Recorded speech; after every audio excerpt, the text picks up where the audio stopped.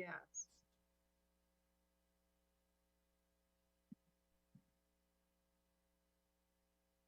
Stop video.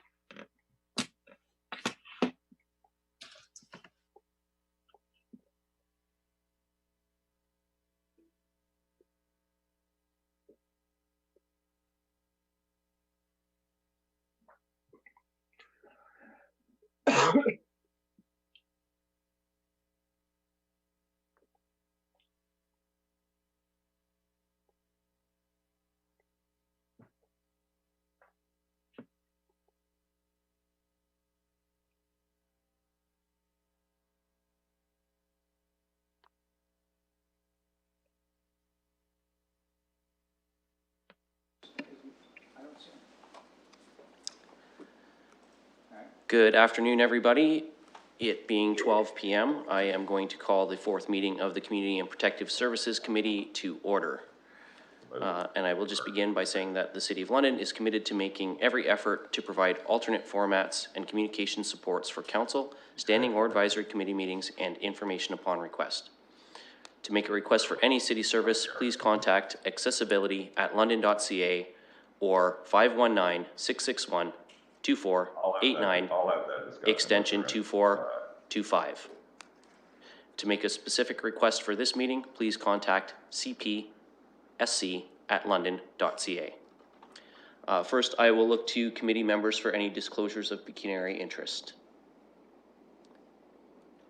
Seeing none, just for those who may be watching from home, I just want to let people know that our colleagues, Councillor Hopkins, Councillor Hillier, Councillor Kayabaga, Councillor Pelosa, Deputy Mayor Helmer, and Councillor Van Holst are joining us via Zoom teleconference.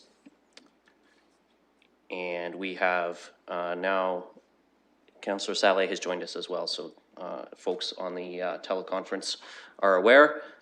We have 4 items on the consent agenda. I have not been made aware of any requests to pull any of these items. I will just look around and see if there are any requests to pull.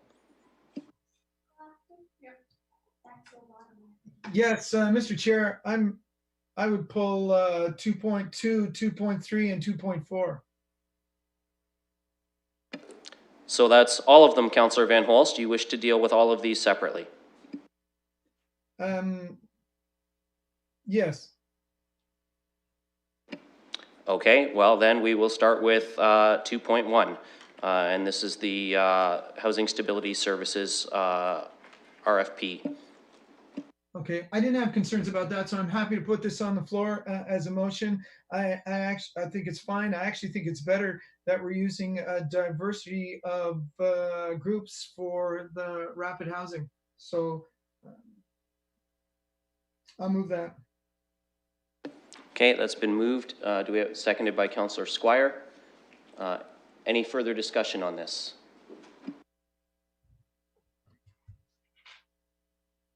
Okay, seeing none, we will call the question.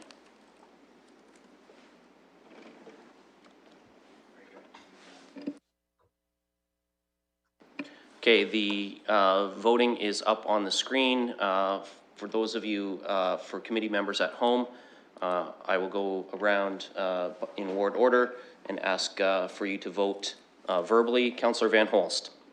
Yay. Councillor Hillier. Yay. And I believe Councillor Squire needs to vote manually as well. Or, sorry, Councillor Salih. Voting manually, yay.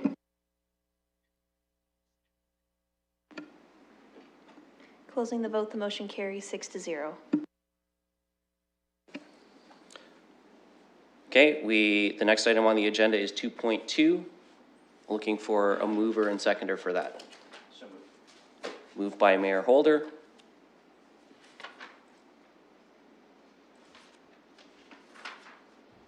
Do we have a seconder? Councillor Hillier? Any discussion on this one? I would like to discuss this. Hold just a moment, Councillor Van Holst. I've got Councillor Salih first on the list. Thank you, Councillor. I'm just going to recuse myself on this one, just because it's items related to Immigration and Refugee and Citizenship Canada, as I'm still an employee with the federal government. Okay, thank you, Councillor Salih. Councillor Van Holst. Thank you, Mr. Chair.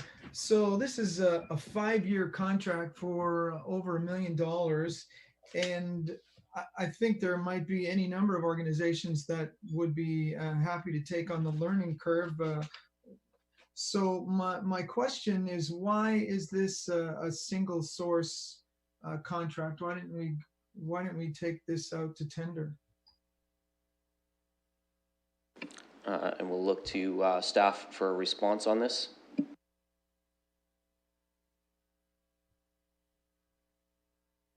It's Kevin Dickens here. So we recommended the single source as the agency, Will Employment Services, has been conducting the work of the London Middlesex Local Immigration Partnership now for quite some time. Through the resources and expertise and the relationships that the organization holds with IRCC Canada, and in order to maintain the continuity of services, we felt that the single source was the best approach. Thank you. Councillor Van Holst, anything further? Yes, well, I can see why this organization in a tender would have an advantage, but I'm still not sure if that justifies a single source contract. I mean, otherwise we might be saying everyone who we've done business before in a certain capacity, say our internal or external auditors. We could make the same arguments. So just maybe a little more clarification about our procurement policy and why this single source is permitted here. So through the chair, under 14.4D of our procurement policy, specifically looking at a need for compatibility with goods or services previously acquired, our justification here is that this is a contract renewal of work that has been ongoing. So Will has delivered the service to the community on behalf of the city since 2011. Single sourcing with Will does provide continuity in this work, and to interrupt the work would breach the city's contract with IRCC Canada. Okay, I'm satisfied with that answer, Mr. Chair, so I'm happy to, well, I guess this has already been moved. It has. So without seeing anyone else with their hand up for discussion, I will call to question.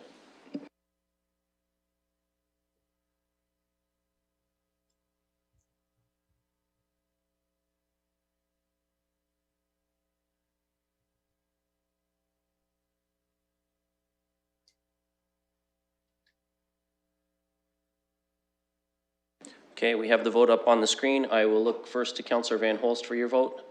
Yay. And Councillor Hillier. Yay.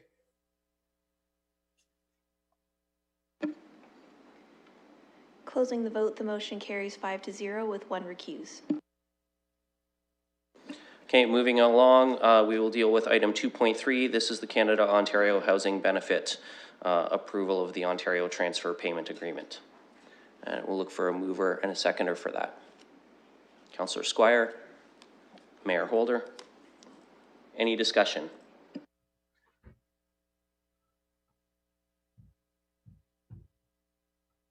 I would comment. Councillor Van Holst, go ahead. Thank you very much. So my question is, how many FTEs does this involve? Will we achieve the full 5%? And would that 5% cover the staffing, present and future liabilities? And we'll go to staff for a response on that. Hi, this is Dave Purdy. Can everyone hear me fine? Loud and clear, Dave. Excellent. And then through the chair, thank you for the question. Yes, the province has allowed for a 5% administration fee. We would be bringing in a full FTE to help with the requirements. At this particular time, we do not believe the provincial contribution would be satisfying the full recovery of the cost. So there may be some additional budget allocations that we'll have to do in our base budget in order to support the implementation. But it will need the full allocation in order to support this and a little bit more of the municipal base as well. So hopefully that answers your question. Okay, Thank you, Mr. Purdy. yes, Councillor Van Holst. Thank you. And through you, Mr. Chair, that was a good answer. Just for a little more clarification about the 5%. Now, I understand it's a certain amount. Just off the top of my head, I was thinking it's maybe $250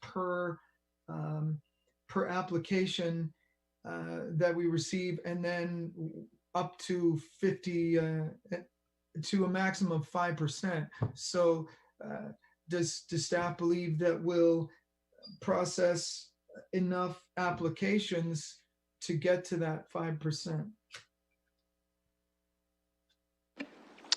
And through the chair again, our expectation would be to fully utilize all the available Canadian housing benefit dollars available to our community, which then would also incorporate all the administration charges as well.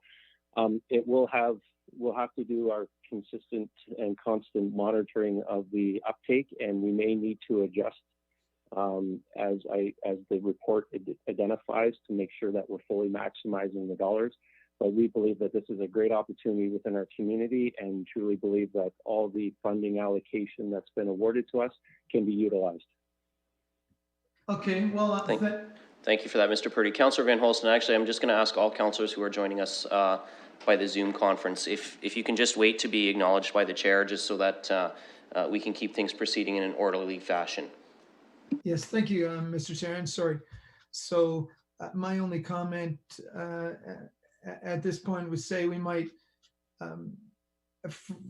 ask the province to try and include in their programs the money required to implement them as well. Mayor Holder. Thanks very much. I'd like to thank staff for their clarification of the questions that have been presented. Noting that back in November 2017, the federal government announced that they had a 10-year strategy worth some $40 billion nationally. And acknowledging that what appears to be that this Canada-Ontario housing benefit runs until some 2022, could I have some sense, without presuming the whole program, that we have some indication of what goes on beyond this, and that we are in fact prepping for beyond 2022 as part of this 10-year strategy?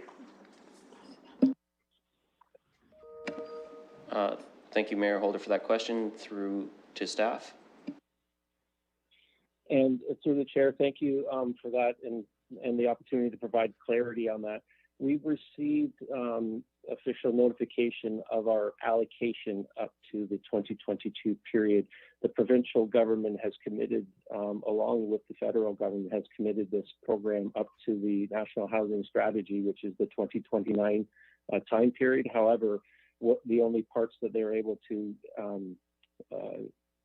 solidify right now and guarantee was the 2-year allocation. So what they're going to be doing is assessing the uptake through the various communities, and then reassessing where the funding needs to go to in future years. And so that's why they've only committed to 2 years. But from a program perspective, they've clarified for us that this program is intended to support those in our community to the housing stability to 2029. Thank you. Thank you for that, Mr. Purdy, and the mayor's recognizing that answers his question. Anything further on this? Seeing none, then we will call the question.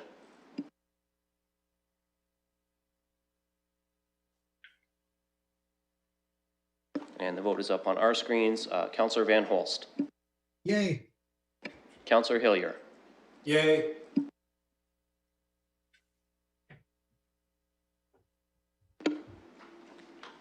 Closing the vote, the motion carries 6-0.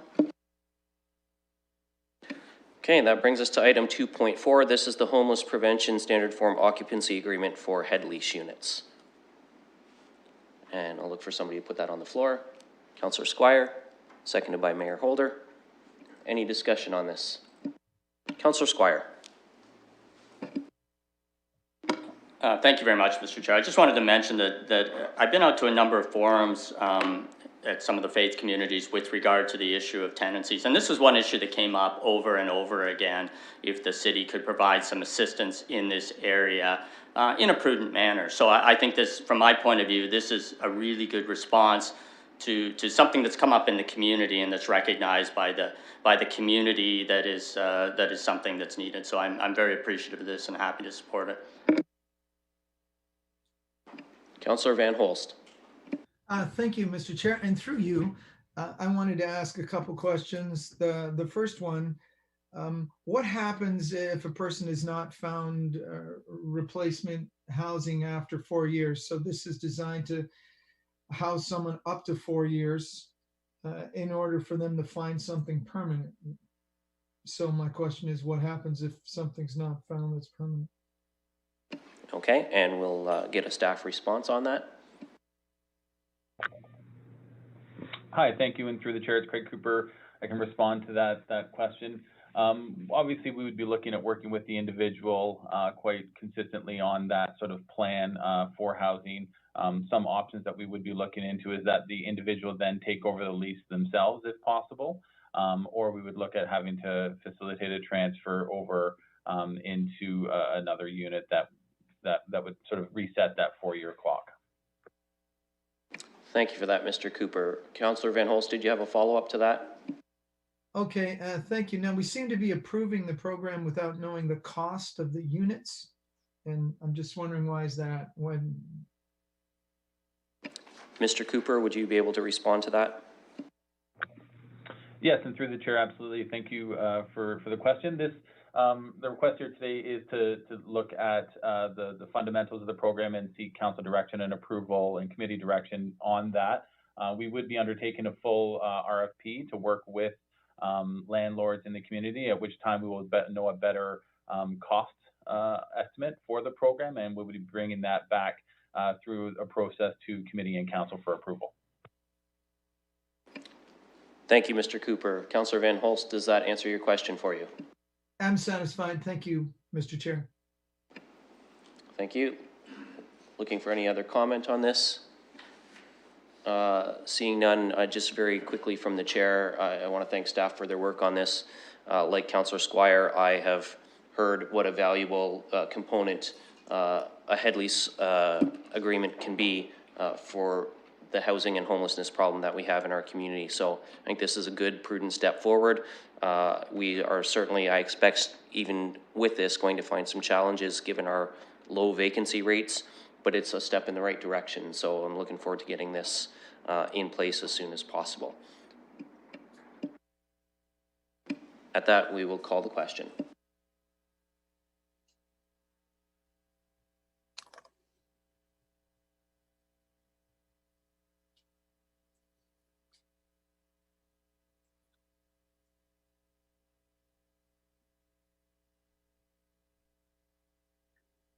And Councillor Van Holst.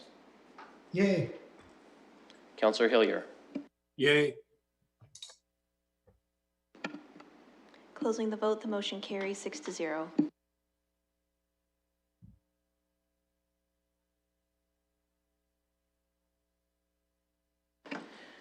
Okay, that finishes our consent items. We have no scheduled items. We have no items for direction. We do have one item for deferred matters additional business from Councillor Salee. So, Councillor, would you like to introduce this? Thank you, Mr. Chair, and I'm sure you've all had the opportunity to see this, had the opportunity to work with Councillor Squire and connect with Deputy Mayor Helmer and have his support on this. So just for those people at home that can't see the motion, as I'm sure will come up on the screen, just roughly the hope is to help small businesses and restaurants and some of the folks in the vehicle for hire industry. Measure may be small, but for some people, every dollar will make a difference.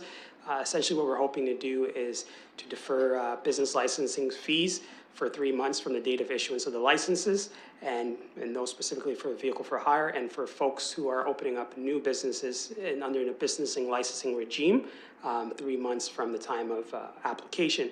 And the Part C is the civic administration be directed to report back on any other actions that can be taken to reduce the burden on other businesses that have been impacted by COVID-19. So I know Councillor Squire will be seconding the motion, so I'll put that on the floor, Mr. Chair. Thank you, and I see Councillor Squire's got his hand up. I'm not sure if that's to second or to comment as well. Second and comment. Okay. Before he comments? We'll go to Mayor Holder first. Thank you. I have I'm going to ask that A be separated out, as I have a conflict as a result of my family being in the food business. Thank you. Thank you, Mayor Holder. We will call A separately for you. Councillor Squire.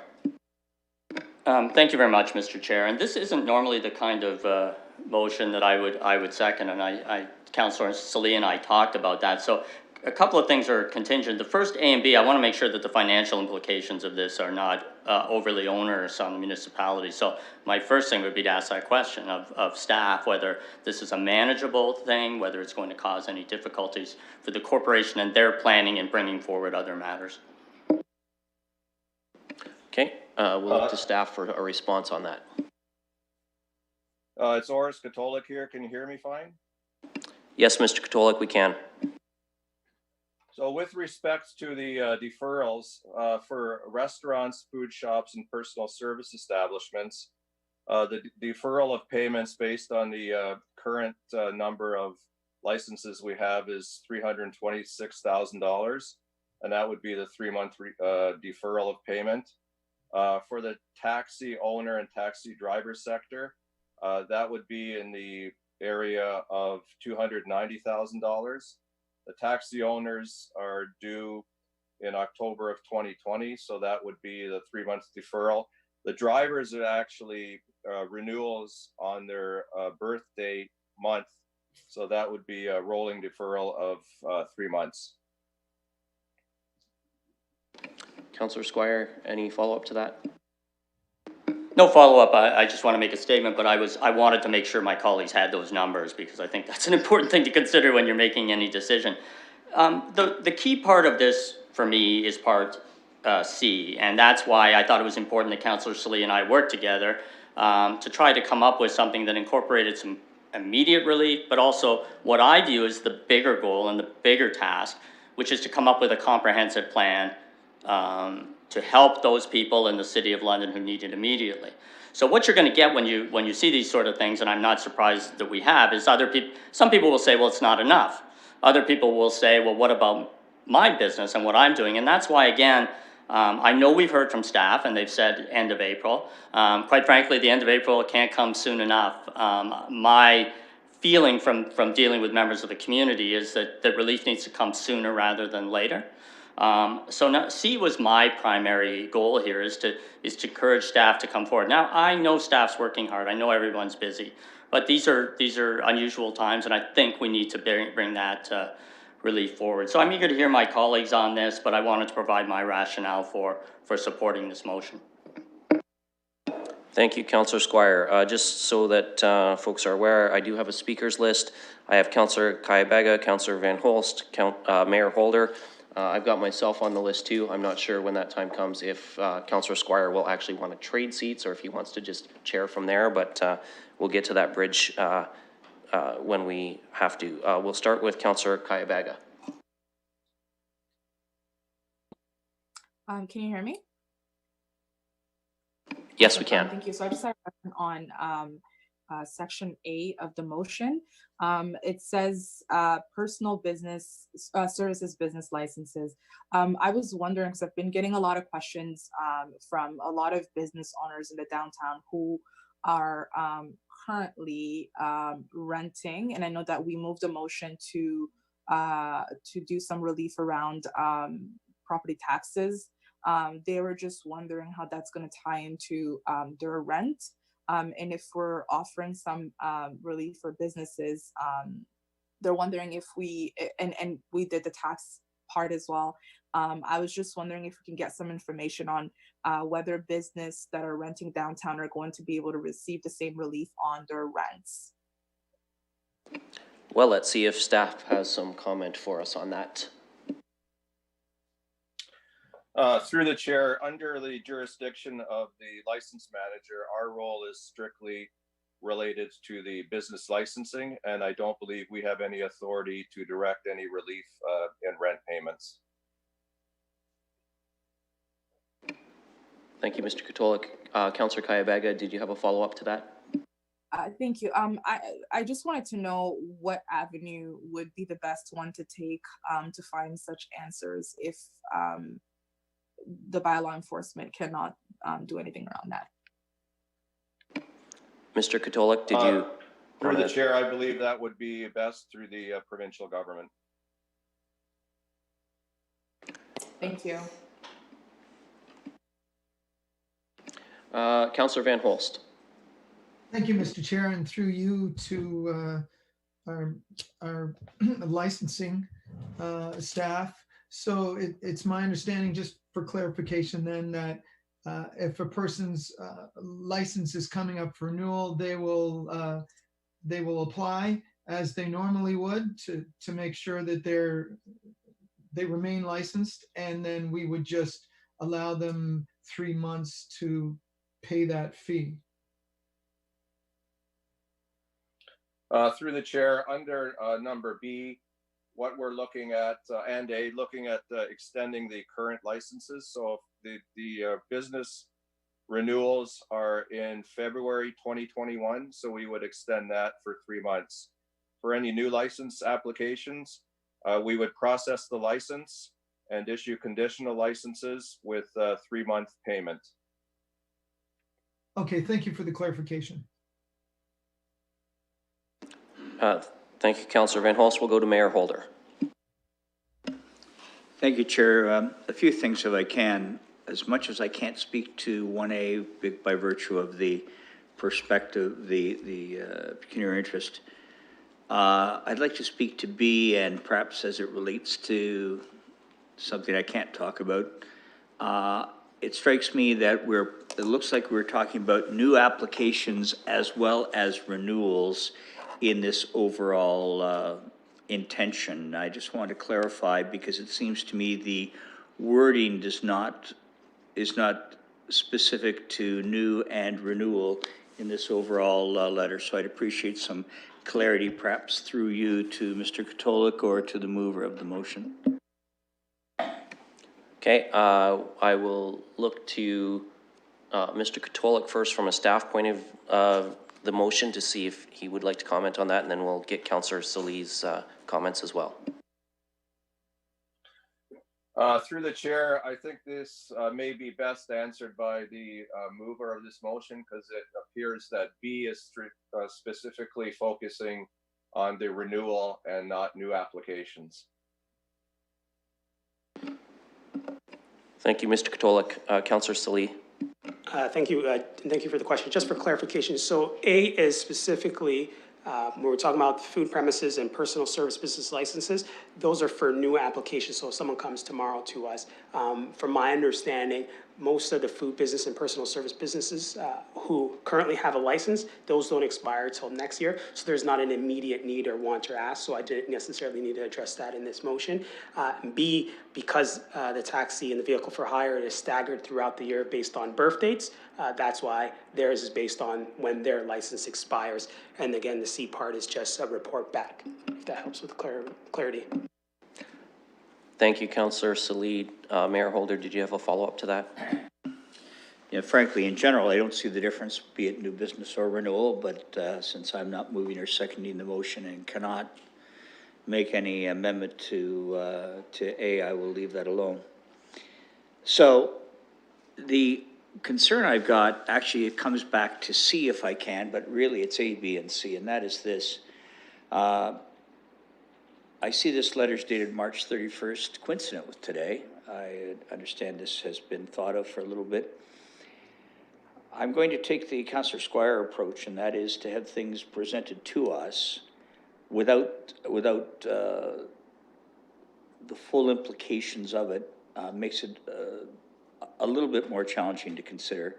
And what I mean specifically, Chair, is this, certainly from my perspective, something that would support the service industry the way this is intended to do. It kind of, in a sense, it comes back to what Councillor Kayabaga talked about earlier, and that is this idea of trying to support small business. Well, now we're specifically in specific aspects of the service business. Again, one limited to renewal, one limited to new. Someone will have to explain that to me. But the bigger issue I've got is that we had to ask our bylaw enforcement officer the costs associated with these things. I think it would be helpful for all of us as we consider these ideas, and there may well be some that come to the fore, notwithstanding what we've asked staff to consider, to have the financial consideration as part of the recommendation. I find it extremely on the fly, and I think we're better than that, to have to wait until this meeting, as much as we can reach out to staff. But I'm talking about the preparation for this be done in such a way that we know what the financial impacts are. So it would strike me that would just be my thoughtful comments to colleagues, that if we're looking at proposing any considerations as we go through these tough times, ask for the financial considerations in advance and have them printed in advance so that that's less staff and committee and council time we need to take. And secondly, if C could be, and again, I go through the mover and seconder, as we ask civic administration to direct other actions could be taken, I'd like there to be consideration that includes the financial considerations associated with that.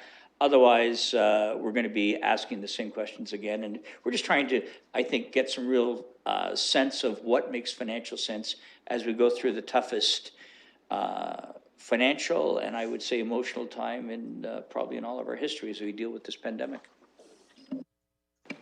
Okay, I had myself on the list next, but I'm going to wait because we've got quite a speakers list. I've got Councillor Squire, Councillor Morgan, Councillor Hopkins, and then Councillor Salee again. So I'll hold my comments for now and let colleagues continue the discussion. So Councillor Squire, you're up. Yeah, first of all, through the chair, first of all, the mayor's remarks, I think they're well taken, and I hear them. Just, I like that he's taking the Phil Squire approach. That makes me feel good. The Phil Squire approach, by the way, was that Councillor Salee and I did ask for the cost implications, and we're told that they would be available, not be available until this meeting. So we did ask for them, and of course, we wanted them beforehand. That's why I brought them out. That's why I want to consider them. The vote on A and B, for me, that's a matter you're going to have to consider, and I respect any vote on that. Again, I'm primarily interested in C, which is, and I would be happy to make that amendment to add the financial implications. Again, I'm going to say the word comprehensive approach. And I know staff's getting tired of me saying it, but it has to happen sooner rather than later, and I say that with all due respect. I want to deal with the rent issue because this is an important one for me because I've been dealing with it for the past couple of days, and I just spoke to the I've had some contact with the Landlords Association in London, and there's a real challenge with messaging, and I know Councillor Kaibaga raised it. Quite frankly, we don't have jurisdiction as a municipality in any way to tell landlords, whether they be commercial landlords who actually seek their remedies through the courts, or the provincial government to agree to forgive, defer rents, or anything like that. And my concern is that when we start taking on things and getting involved things that we don't have actual jurisdiction on, that can be less than helpful. But there is an approach, which is to work with the Landlords Association in London, which I know staff will be doing now that I've been able to put them in contact and say, look, let's find out what a reasonable approach is. But when, you know, I think if we start suggesting, as the Premier did, that, well, you're not going to get evicted if you don't pay your rent. Actually, if you don't pay your rent, you are going to get evicted. You may not get evicted in April, you may not get evicted in May, but believe me, landlords will be forced because of financial situations to prepare eviction notices. And as soon as the courts are up and running again, those will be processed. My suggestion is go to your landlord, have a reasonable discussion with them and see what you can do. If that doesn't work, go to the Landlords Association. So I think it's important that we stay in our own lane. Thank you, Councillor Squire. Councillor Morgan. Yeah, thank you, Chair. I just have a follow-up question for our staff, and then I have some comments that I'd like to make. The follow-up is with respect to the question of costs. And I know Mr. Katolik gave some numbers, but my understanding from reading the two motions is that it's a deferral of payments. And so would we not just be deferring the costs until down the road to give people a little more time? We'd still be collecting the fees. And so really the only real costs to the corporation are any costs associated with us floating those dollars, of which we're probably able to do given the values we are. So I just want some clarification on that, and then I'd have some comments. Mr. Katolik. Yes, thank you. And through the chair, I just wanted to clarify some of the costs I gave earlier, because we went through so many of these iterations of this draft resolution over the weekend. And I note that A speaks specifically to new applications. So that would be based on last year's new applications, $17,000, as opposed to a deferral of $326,000. In terms of lost costs, Councillor is exactly correct in saying that these are not reductions in fees. These are not cancellations of fees. These are simply deferrals in fees. So we went through a very similar process when we did the new business licensing bylaw, where we wanted to move the renewal period to a more reasonable time of February annually, as opposed to December 31st annually. So if this was put forward, we would just defer all these fees. It would not be a reduction in fees. Councillor Morgan. Yeah, so thank you through you to Mr. Katolik. I think that's an important clarification so that we understand exactly what we're voting on with A and B. We're talking about giving people a little more time and a little more flexibility on some of the costs that they would be facing and some of the costs that we can control. And there are very few at the municipal level that we can control in this regard. So so that's an important consideration. On C, and I think Councillor Squire is right with the comprehensive report. I think this aligns well with the previous action we made with respect to property taxes. At that time, we brought forward a motion that said civic administration be directed to report back with impacts, potential costs, and next steps on further options to assist taxpayers, including a deferral of the next installment scheduled for June. So basically, we're going to get a report back from our staff on the types of things that we could consider doing for taxpayers. C basically says essentially the same thing on the business side of things. And so I think it's appropriate for those two things to come forward and be aligned into our staff reporting. And my understanding is that given the previous direction, staff is already working on a report that will come forward to us with where we stand from our own perspective on our own revenues and costs, which we need to consider as well, because that is a function of our capacity to take action, as well as the types of things that we can do for Londoners, and with this motion for London businesses as well. So I think C is a pretty important part. I think it aligns well with the actions we've already taken, and I think it gives staff the direction to continue the work that they're doing on bringing forward those recommendations. And I certainly thank them for, given all the other things that they have to consider, working on these important measures as well. So so those are my comments. I don't get to vote. I'm not on the committee, but I appreciate you letting me share them today. Thank you, Councillor Morgan. Just so colleagues are aware, I've got Hopkins, Selly, Helmer, and Van Holst on the speakers list right now. So we will turn to Councillor Hopkins. Thank you very much, Mr. Chair, for allowing me to ask a couple questions. And just following up on Councillor Morgan's question, I appreciate the clarity about the deferral of payment. And very much like the education tax deferral, do we charge interest or penalties on licenses that have not been paid? So to me, that would be the amount that we're basically deferring. And secondly, it's very unclear to me when I read the motion. The question is, what businesses would not be included in this? I understand we're looking at small business licenses, but have we sort of picked and chosen for now, waiting for a report back, but I would like clarity. What small businesses are not included in this motion? And then secondly, about penalties and interest that we would lose. Thank you, Councillor Hopkins. Mr. Katolik, can you respond to those questions? Yes, through the chair. In terms of the types of businesses not included, this is specific to food premises, so restaurants and food shops, which there are around 1,200. Personal service establishments, so that includes hair salons, nail salons, tattooing, those types of businesses. What's not included under business licenses are all the others, so secondhand shops, salvage yards, the adult industry licenses, establishments, pet shops, auto-related businesses, which there's quite a lot of. So those are not included. What's also not included as part of B is the vehicle for hire, the Uber, the Face Drive, transportation network companies. Also not included is the limousine sector. In terms of your other question regarding interest payments, we do not issue licenses if payments are not made. So that's all part of the licensing process.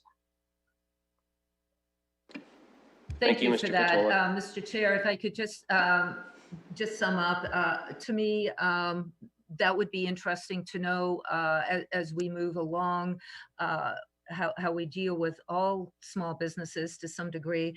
But the most important part of this motion to me is that that report coming back for us to better understand the burden that small businesses will be going through in the next couple months is going to be important for us to know where we go with helping to facilitate these businesses. So thank you for allowing me to make those comments. Thank you, Councillor Hopkins. Councillor Salee. Thank you, Mr. Chair, and thank you to my colleagues, and thank you, Councillor Morgan and Councillor Squire, for providing some clarity for folks. I think the reality is we're facing a time where things are moving very fast and we have to respond very fast, and they're not going to be perfect and they're not going to be ideal, but we need to respond and we need to do it right now. So we don't always necessarily have the luxury of consulting. I'm fortunate that in the last motion regarding the property tax, as you saw in the email that was circulated, you did have those numbers provided. Those numbers were the interest and penalty fees that we as a municipality potentially would have lost, not the cost of how much property taxes we were collecting. So as stated earlier by Mr. Katolik, when we talked about the fact that there's no interest or penalties for not renewing your license in time, it's just a matter of fact, you just don't get a license if you don't pay for the fee. So for me right away, that said that there's no actual loss, if you will, revenue or potential revenue for the city. What we wanted to do was to provide some sort of small economic relief for folks who are struggling, because right now we have cab drivers who are pulling off the road, who aren't driving. We have restaurants in my ward, in Deputy Mayor Helmer's ward, who are considering closing as well before the month of April. And so we want to encourage that folks who are considering to open up, as I have spoke to some new businesses that are considering opening up in the next week or two, and they found that this would be some help for them and provide some relief to get them up and going, because some folks in this time, even though it's a difficult time, are considering innovation and maybe saying, how do we provide takeout service in a different way, and maybe considering opening up a business. And the reason why I honed in on these two areas with my councillor colleague is because these are two essential areas. The province and the Fed said these are important when we talk about food, to make sure that people are able to eat. And the other part is to make sure that people are able to get from point A to point B in taxis. We know not everyone can get on public transit. We know that doesn't work for everyone. When we talk about the seniors, people living with disabilities, we want to ensure that those people stay on the roads, those businesses stay on the roads, and those restaurants keep their doors open. So when you heard the numbers, 17,000 was what was collected last year. Ultimately, we're not really losing any money. We're going to collect those fees at some point. So it was 3 months. So I didn't feel necessarily a need that I was really panicked over the dollar amount, because it'd be fees that we'd collect. And when we're talking about 17,000 or a few thousand here, we've made decisions very fast and very for more significant amount of monies. So what I'm just trying to do is to really push us to really just act where we can and do what we can, and recognize that we sometimes don't have the luxury, and sometimes it's not going to be as clean as we'd like it. And I recognize that I may ask the numbers from staff, but ultimately staff don't have to provide those numbers to me, because staff can only necessarily provide answers based on direction from council, the decision being made. So the alternative in some cases would be for me to first initially ask for a report, and then that would be another cycle. But I just felt like we didn't have that time and we needed to do what we needed to do. But rest assured, where we can, I will provide those numbers. I could tell you that the budget chair, that was his first question when he was aware about this motion, as always. And so I appreciate that from Councillor Borgen, and as well as Councillor Squire. So we'll continue to do what we can. And if and just for clarity, this motion was provided in a couple days advance before it was circulated onto the agenda. Thank you, Councillor Salee. Deputy Mayor Helmer.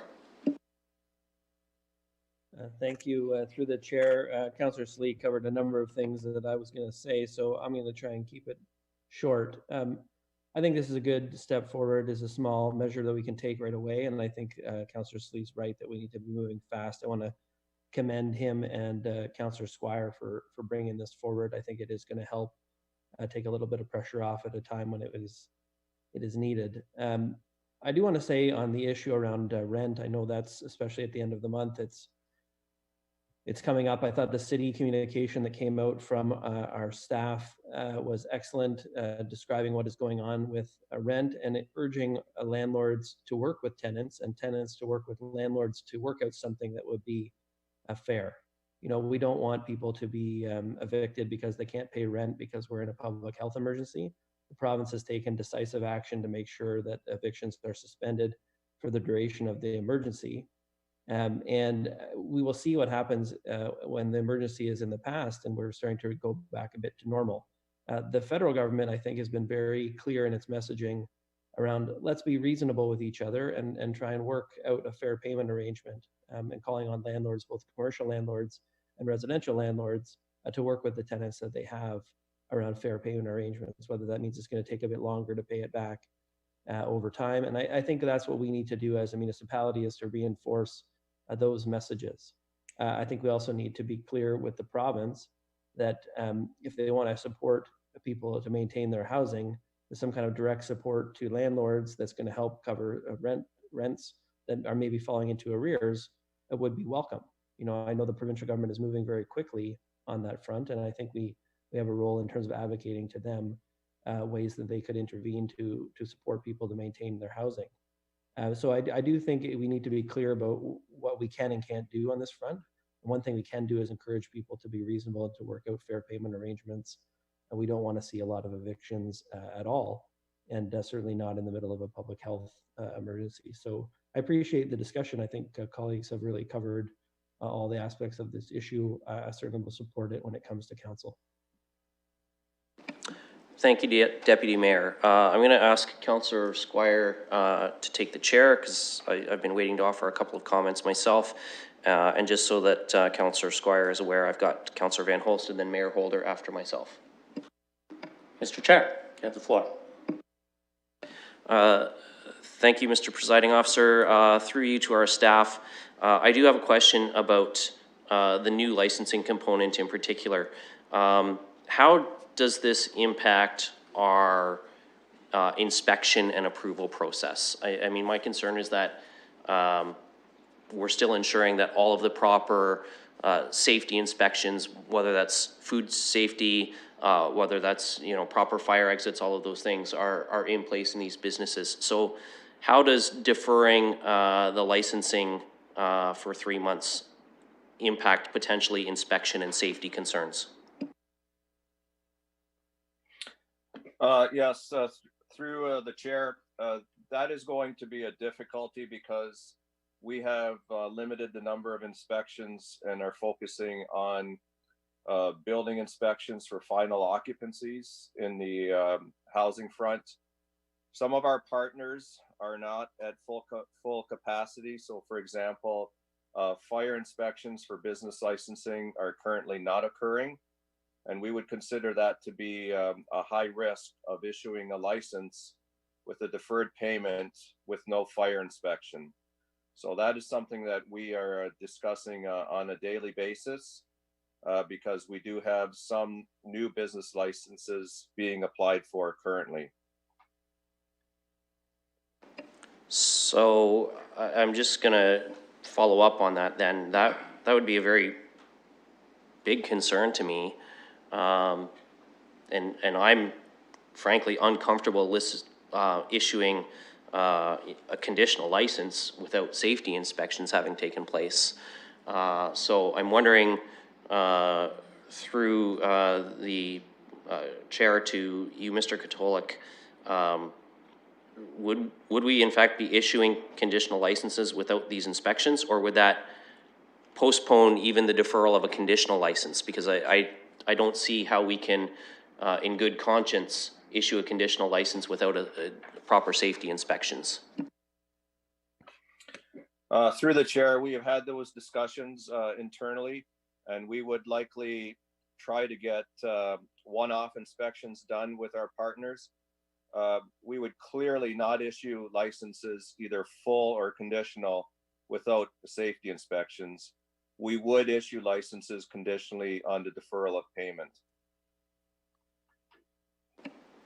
Okay, thank you. That helps, because I'd be very concerned that we are issuing licenses without inspection. If it's just a matter of it may take longer for the inspection and the conditional license to be issued, I'm okay with that. I did want to offer a couple of other thoughts, colleagues. I am a little concerned that, you know, for property taxpayers, be they businesses or homeowners, we've said 60-day deferral.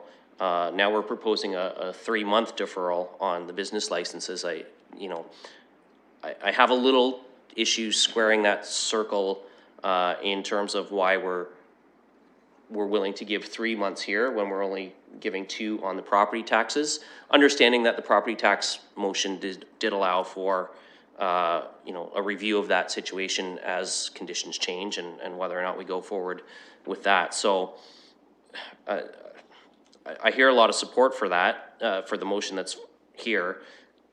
I would be more comfortable if it was 2 months instead of 3, just because I think we can review this again when the comprehensive plan comes forward, and we may extend it further. My other concern is specifically with Part B, and that we've left out, you know, the other vehicle for hires, and specifically we've got a lot of Uber drivers in the city. I feel like we're picking one over the other in this situation. I you know, will say that I generally, when I need to, I use taxis myself, but that's a personal choice, and I think for other folks, Uber is a choice, and I'm concerned that we're only approving this for the taxis and not for other vehicle for hire opportunities. So I'm gonna maybe float those 2 ideas out there, see what the mover and seconder of the motion think. I'd be more comfortable though if we were saying for 60 days and to be reviewed along with the other items that we'll be reviewing when staff brings back a report to us. That's my thoughts on this for now. And I may come back before this debate is over and look for an amendment myself if the mover and seconder want to stick with what they've got, but I'll just leave it at that for now.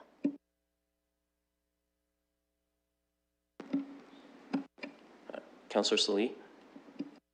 Thank you, Mr. Chair, for your questions. To answer you, the difference is with the property tax, there was an actual financial cost of potential revenue. There was the interest and penalties. So we were talking about hundreds of thousands of dollars.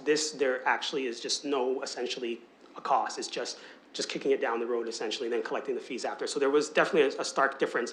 Back when that original motion came back a week or 2 ago, you know, people were very hopeful that the city would be up and running by April 6th. And things would but as things have progressed, we've realized that that's not necessarily the case. And I think it's more practical to have more of a buffer time, especially considering that these are all staggered for a lot of these businesses. And from, you know, maybe I'll ask this question to staff, but from my understanding, I believe that, the Uber and some of those other vehicle for hire companies are actually doing very well right now, and they're not necessarily seeing as significant of as a hit. So maybe I'll ask that question that might help provide that clarity. But again, I'm flexible, but I'll ask that through you to staff. Through the chair, we have been in contact with Uber, and the volume of rides has dropped significantly. They are under a different form of payment plan for their licenses, as they're on a per trip payment plan.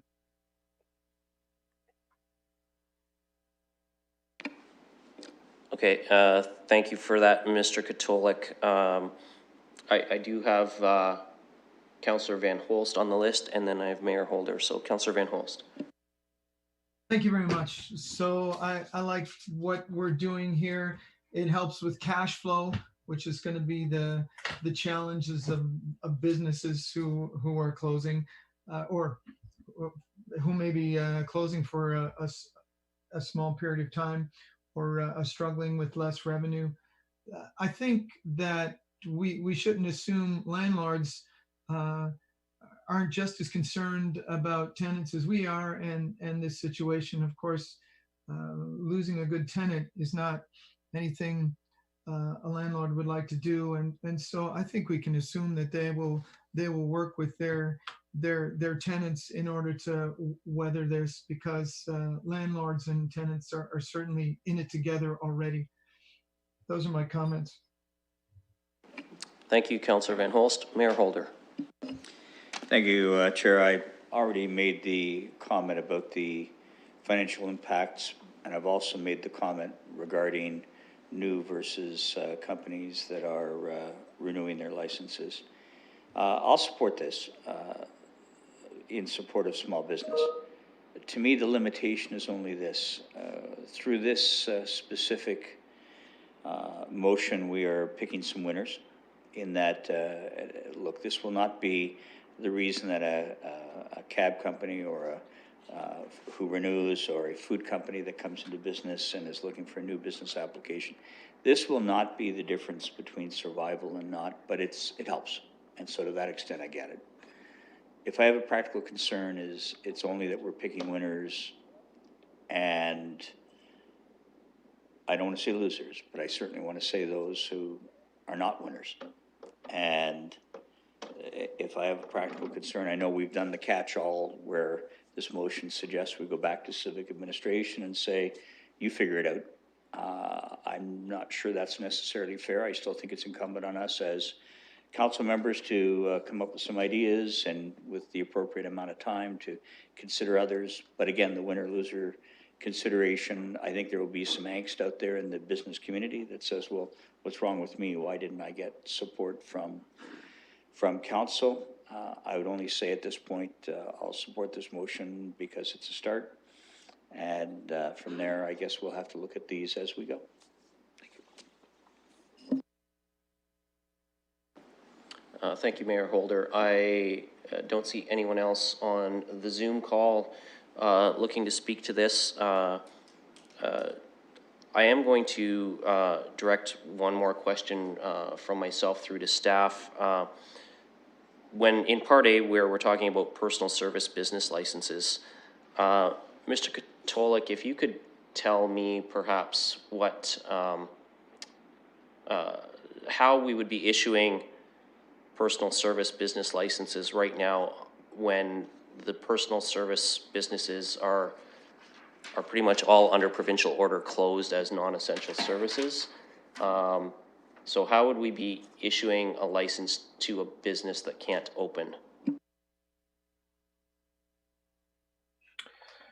Through the chair, that's a very good question, and a very realistic scenario is that if we got a application for example, a restaurant, a new restaurant, we would do our best to process that application with our partners, recognizing that they have limited inspections ongoing, and assuming that we could get some one-off inspections that passed, we would issue the license, defer the payment, but in reality, putting on our other hat, we would tell that business that they can't operate until the provincial order in terms of what can be open and what's essential would be closed. Thank you. So I think I'm going to ask Councillor Squire to take the chair again so that I can continue. Go ahead, Mr. Chair. Thank you, Mr. Vice Chair. So in hearing Mayor Holder's comments and in hearing Mr. Katolik's initial response, I would actually suggest, colleagues, that A, be amended to read only food premises and defer the personal services to the staff report that we're asking to come back in terms of how they can provide relief there. I don't think it's actually very fair to our staff right now when we're working on, you know, with essentially necessary staff only, to be asking them to work on applications for personal service businesses that can't actually open. So I'd like to amend A to strike personal services and for now focus on the food premises. So I'd like, and then for Part B, and I'm gonna look to Mr. Katolik maybe for a little guidance here, because I know it's not just Uber. I know there's a couple of other companies operating, but just to be fair to all in the industry, if Part B was to just read licensing renewal fee, and then we struck the cab drivers, owners, accessible cab, and just said licensing renewal fee under the vehicle for hire. Would that allow you to cover everybody and give consideration to other vehicle for hire modes of business as well?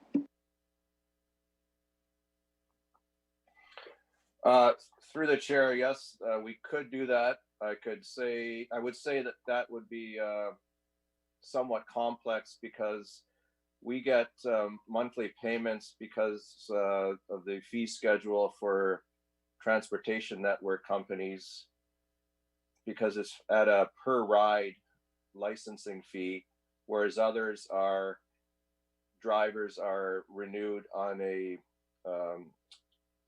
annual and 2-year basis based on their birth month, and owners are renewed during October. So all the licenses are renewed at different times and fees come in at different times. My preference from civic administration would be that we focus on C, because there are a number of other businesses that are not included in this. And the timing of us responding back to C and council's previous direction might be exactly around the same time that a council would be approving this subsequent motion. Thank you, Mr. Katolik. So if I'm understanding you correctly, I just want to be clear because I don't want to propose an amendment that might be unnecessary here. And I'm just going to use Uber as the example, although I know that there are other services out there. But what I'm hearing you say is because it's a per ride fee, that their licensing fees would actually be dropping right now because their ride is dropping as well. That's correct.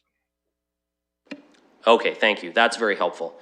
Then I think what I would like to just do, and I think that Councillor Silly's indicating it's friendly, is just amend A to drop the personal services category from the motion at this time.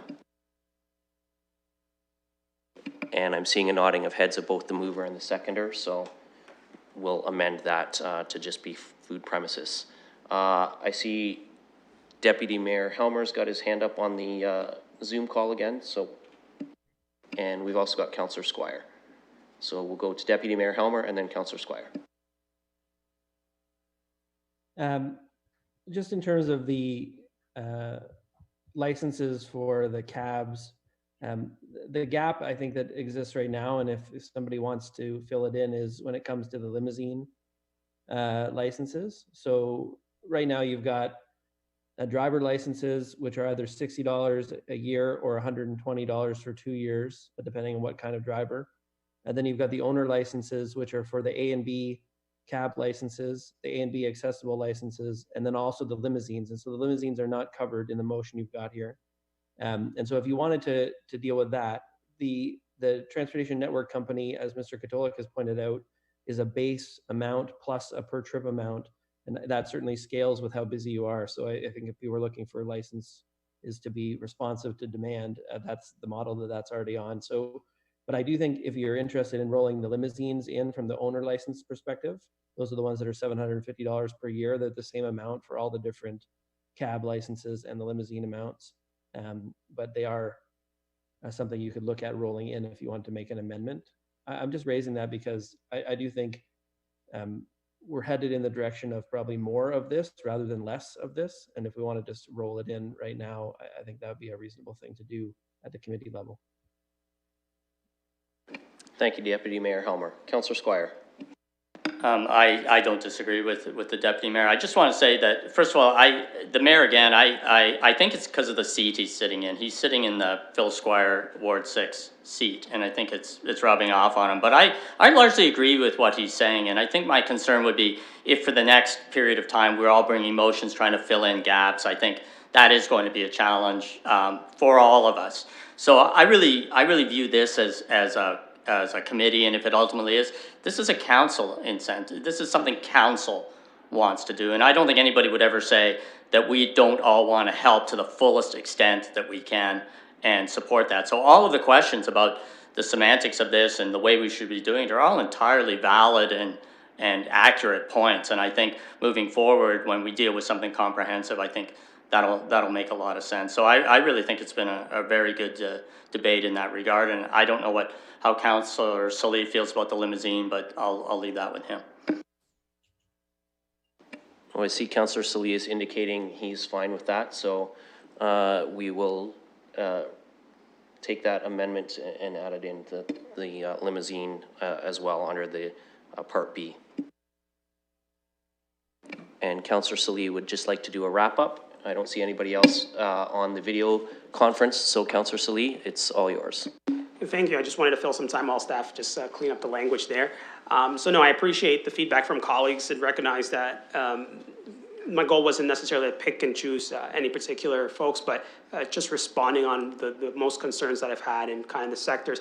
Why I initially didn't think of Uber is because of the complexity with the fees and how we collect that. So it wasn't straightforward. And also the view that I had for Uber, it's $1 billion corporation versus the driver here who's a local person in London who doesn't have as much resources at their kind of accessible to them. So there was a significant difference. It was really to help those who are most in need, and really we just wanted to keep the businesses that we felt are considered essential services. So I'm glad we cleaned up the language in A. So the food, and really to make sure that transportation is folks are able to get from point A to point B.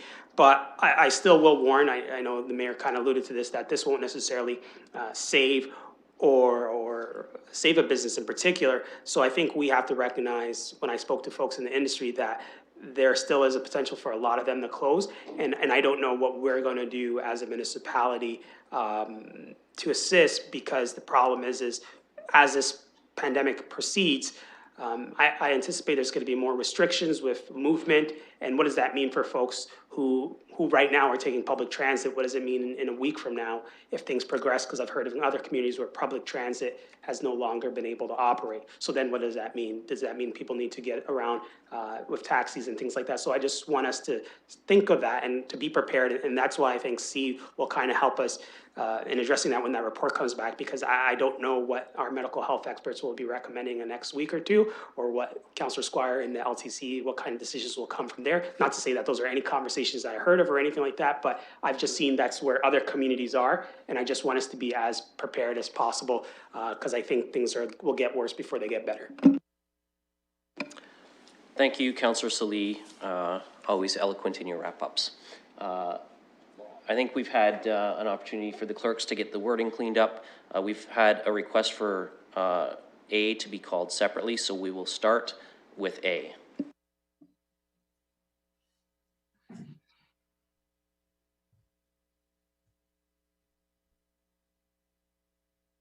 And the vote is on the screen for us here, so I will also ask Councillor Van Holst.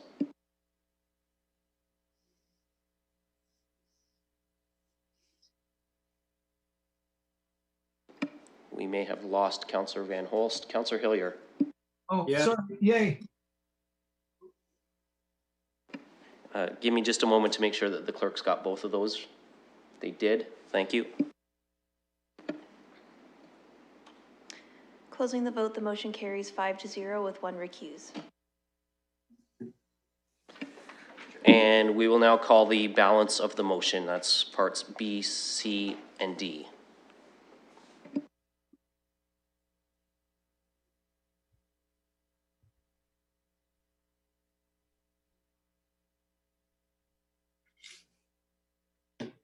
And this is with the addition of the limousine owners and Councillor Van Holst. Yay. Councillor Hillier. Yay. Closing the vote, the motion carries 6-0. Thank you for that, clerk, and thank you, colleagues, for a good debate. That is all the items that we have on the agenda, so I will look for a motion to adjourn. Councillor Squire. And we can just do a hand vote on that. Councillor Hillier, did you thumbs up there? Councillor Van Holst?